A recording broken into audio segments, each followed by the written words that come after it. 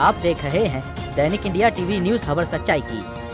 शनिवार को कस्बे के जैन इंटरनेशनल स्कूल में इन्वेस्टर सेरेमनी मनाई गई, जिसमें विद्यालय की विभिन्न कक्षाओं में head boy head girl vice captain का चुनाव ईवीएम से किया गया। चुनाव से पूर्व सभी प्रतिभागियों ने अपना चुनाव प्रचार भी किया। चुनाव में विजयी प्रत्याशियों को विद्यालय की प्रधानाचार्या ने पद एवं गोपनीयता की शपथ दिलाई। इस अवसर पर थाना हस्तिनापुर के थाना प्रभारी रामप्रकाश शर्मा, श्री आत्मानंद जैन इंटर कॉलेज के पूर्व प्रधानाचार्य महेंद्र कुमार जैन सहित समस्त स्टाफ मौजूद रहा।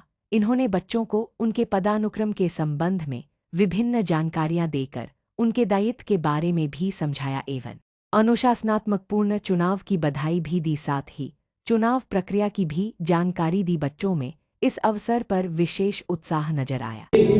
निभाएंगे और सर्वप्रथम ये जिम्मेदारी आपको भी सिखाई जा रही है कि जिम्मेदारी क्या चीज होती, कैसे उसको निर्वहन करेंगे, कैसे आगे बढ़ेंगे। सर्वप्रथम आपका दायित्व है समय से स्कूल आना, गुरुजन का आदर करना, जिसलिए आए हो शिक्षा, अच्छी शिक्षा ग्रहण करें और शिक्षा के साथ साथ जो हेड गर्ल हेड बॉय बनाए गए हैं उनकी जिम्मेदारियां हैं कि वो सभी बच्चों के साथ समय से क्लास का डिसिप्लिन मेंटेन।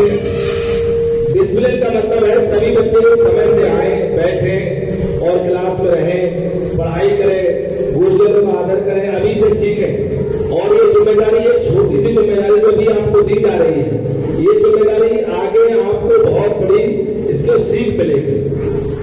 तो इन बच्चों के लिए मैं बहुत ज्यादा ना कह के इतना कहूंगा कि डिसिप्लिन में रह के, जो डिसिप्लिन एक शब्द है वो बहुत शिक्षा में बहुत जरूरी है। मेहनत से पढ़िए, अपने जब आगे जाएंगे, बड़े बड़े कॉलेजों में जाएंगे यहाँ से, तो जो इसी में से कोई डीएम बनेगा, कोई एसपी बनेगा, कोई विदेश में जाएगा, कोई और एसडीएम बन जाएगा, सीओ बन जाएगा। मेरे जैसे मैं खड़ा हूँ, कोई पुलिस सब इंस्पेक्टर, कोई थाना प्रभारी और पद में भी जाएंगे।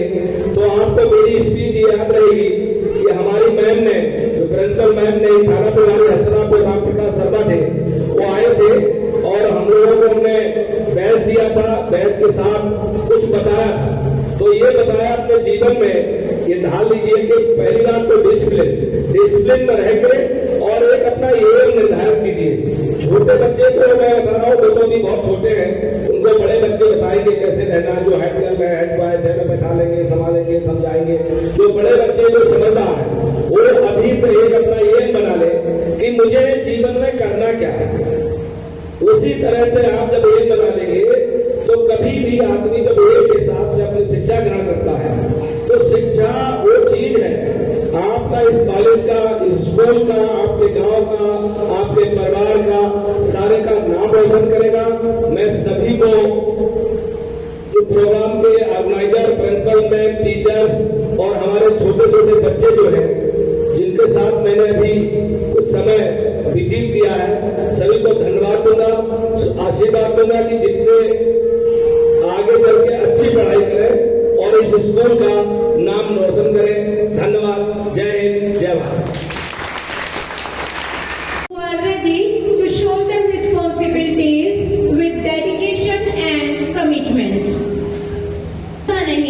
बल्कि यह जिम्मेदारी और कार्य की भावना का है। आज का दिन हम उन विद्यार्थियों से को समर्पित करने के साथ अपनी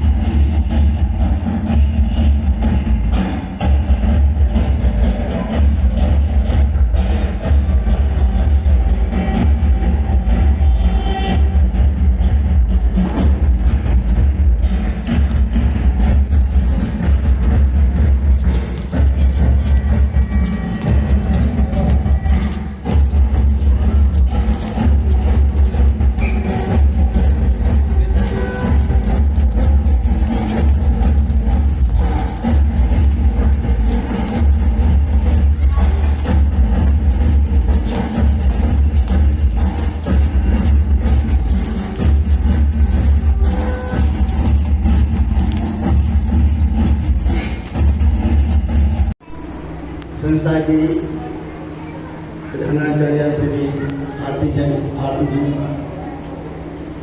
विद्यालय का पूरा समस्त स्टाफ, कर्मचारीगण और फिर दिल्ली में भी गणमान्य बच्चों,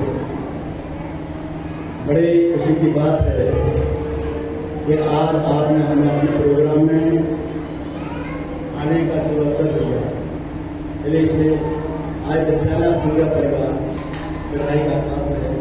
मैं उनको अपनी बहुत बहुत शुभकामना भी देता हूँ कि संस्था दिन प्रतिदिन पूरी तरक्की करे। बच्चों, बड़े मेरी बात को सुने, जीवन में शिक्षा का बहुत महत्व है। जो बच्चा पढ़ता है तो अपने जीवन को संभाल लेता है, और जो नहीं पढ़ता है, अशिक्षित ज्ञानी रहता है, ना अपना भविष्य बना पाता है, ना अपने माता पिता का दिल छूने देता है। तो आप भी दुखी रहोगे और आपके माता पिता आपके कारण दुखी रहेंगे। इसलिए शिक्षा का विशेष आपको ध्यान देना चाहिए। एक तक 5 उम्र की हमारी बराबर नहीं बच्चों, तो सही बच्चे एक ही पढ़ाई नहीं कर सकते। समझने की शक्ति भी सबकी अलग अलग होती है और सुनने की क्षमता भी अलग अलग होती है।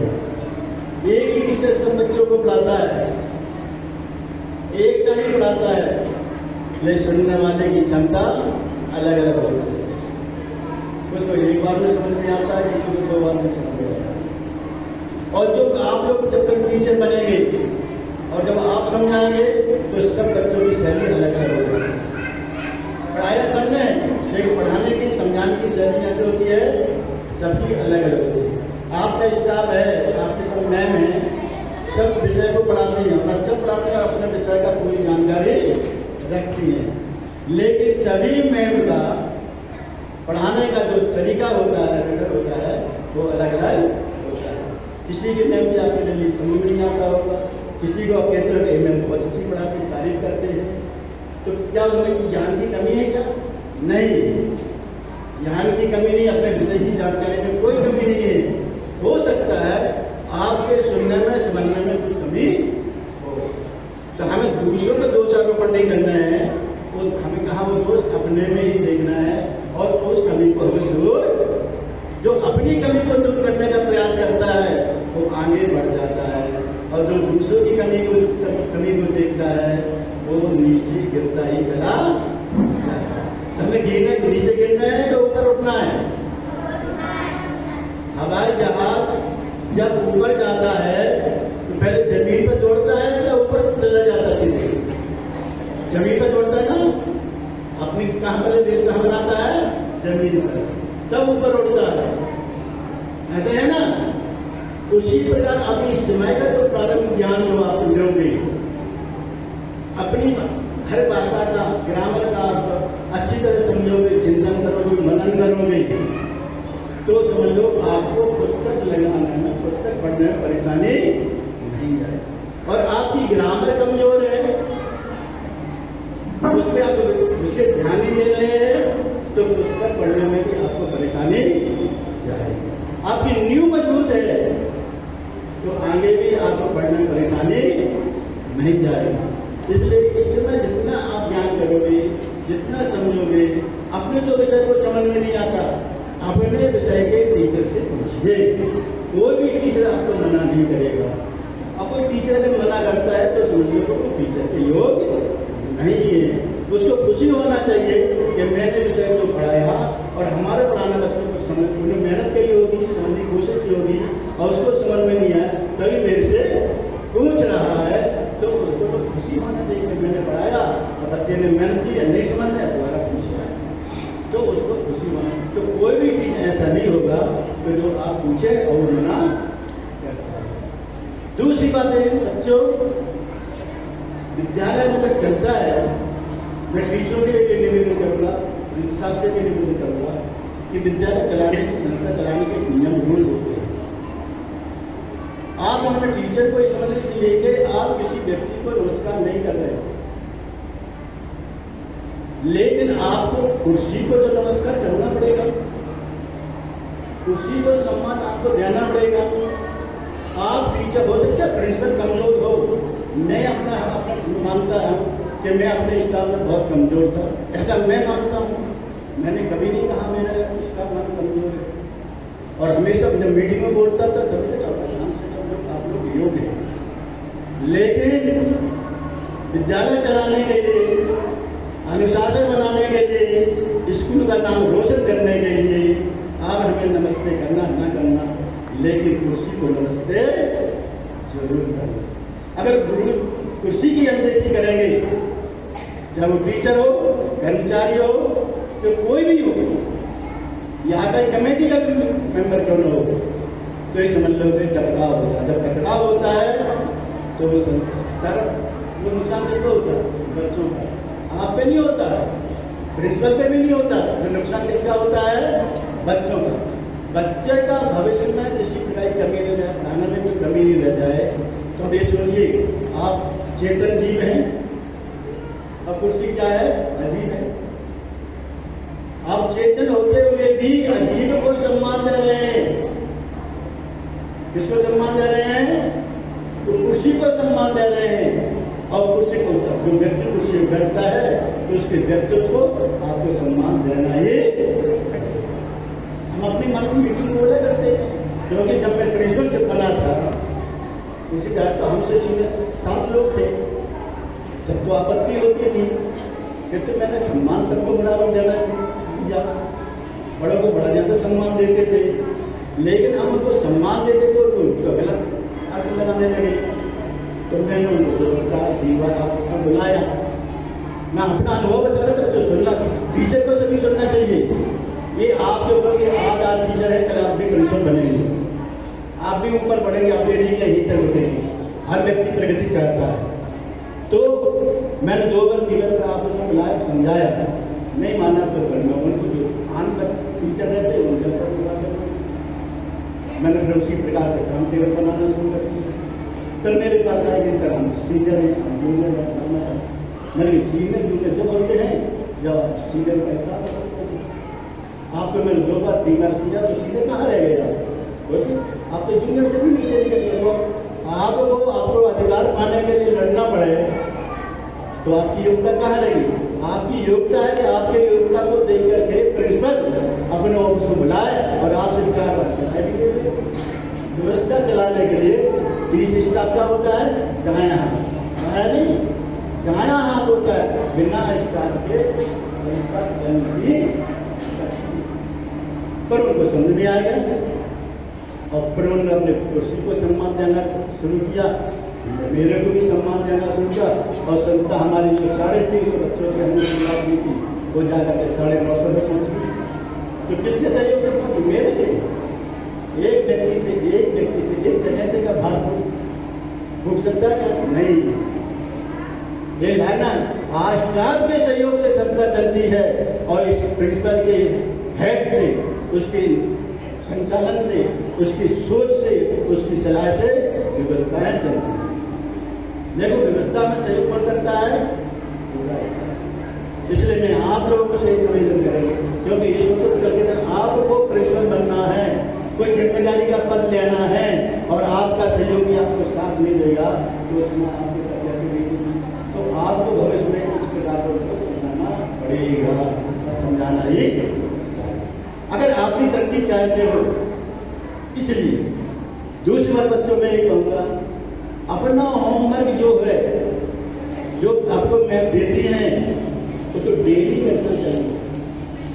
कल का काम आज करिए, आज का काम कल पर मत छोड़िए। कल किसने देखा? कल वो अचानक कोई बात आ जाए, आपको बाहर जाना पड़े, कोई ऐसा समस्या आ जाए कि आप कल का काम ना कर पाए, ऐसी समस्या आ जाए कि स्कूल में भी नहीं आ पाए। इसलिए कल का आज करना चाहिए, आज का काम कल का नहीं छोड़ना। जो इस प्रकार सोच करके बच्चा चलता है उसका वर्ष जल क्या होता है? जल अच्छा होता है, ठीक है ना। तो हमें अज्ञान रूपी अंधेरे से निकलना, कहाँ से निकलना है? हमें अज्ञान से जो अपने अंदर भरी हुई है, उस अज्ञान को कैसे निकालना है? ज्ञान रूपी ज्योति से प्रज्वलित करना है। जब दीपक जलाते तो प्रकाश होता, क्या होता? बच्चों, आप दीपक जलाते हैं तो उसे चानना होता है या अंधेरा होता है? बोलो, क्या होता है? चानना होता है ना। तो हमारे जो अज्ञान है, उस अज्ञान को ज्ञान में परिवर्तन करने का काम कौन करते हैं? आपके टीचर, आपकी मैम। और जो हमारे अज्ञान को ज्ञान में परिवर्तित करते हैं, तो हम उसका सम्मान करना चाहिए या उनकी आलोचना करना चाहिए, बुराई करना चाहिए? बोलो। और ज्ञान किससे मिलता है? विनय से। फल जब पेड़ में आते हैं तो पेड़ का हो जाता है, टहनी का होती है, झुकती है। क्या झुकती? पेड़ झुकता है तो टहनी झुकती है, टहनी, है ना। और टहनी नहीं झुके तो क्या हो जाएगी? वो टूट जाएगी। इसलिए हमें ज्ञान भी कैसे प्राप्त करना है? विनय से, विनम्रता से, झुक करके। कितनी कीमती चीज हो, अगर आपके यहाँ सोना रखा हुआ है तो उसको उठाना है तो झुक के उठाओगे या झुक के उठाओगे? बोलो, है?